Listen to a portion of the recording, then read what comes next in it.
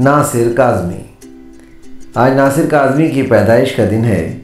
इस मौके पर नासिर काज़मी के बारे में यही ख्याल आ रहा है कि आप असर हाजिर के उन शोरा में शुमार होते हैं जो अपने एहसासात को छोटी बहरों में सादा लफ्ज़ों में रवानी से बयान करने में मुनफरिद मुकाम रखते हैं।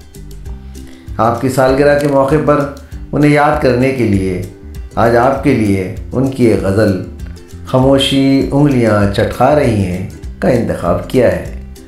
उम्मीद है कि आपको मेरा ये इंतखाब व इजहार मेरी आवाज़ में गिरा नहीं गुज़रेगा। खामोशी उंगलियां चटका रही हैं, खामोशी उंगलियां चटका रही हैं, तेरी आवाज़ अब तक आ रही है।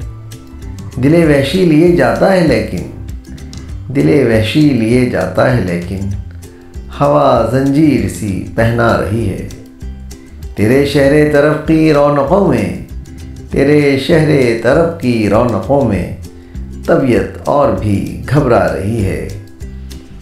करम में सरसरे आलाम दौरां, करम में सरसरे आलाम दौरां, दिलों की आग बुझती जा रही है।